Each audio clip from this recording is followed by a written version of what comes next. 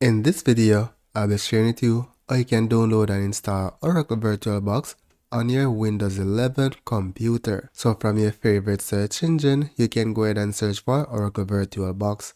Here, in my case, it's the first link, so I'm just going to select download. Under VirtualBox platform packages, select Windows Host.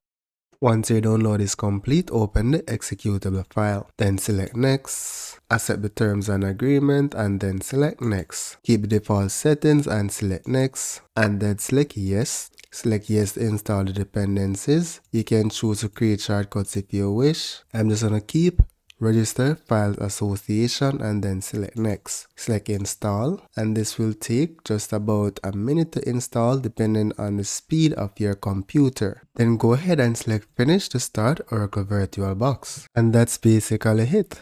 So that's it for now, guys. Thank you for watching and see you in the next video.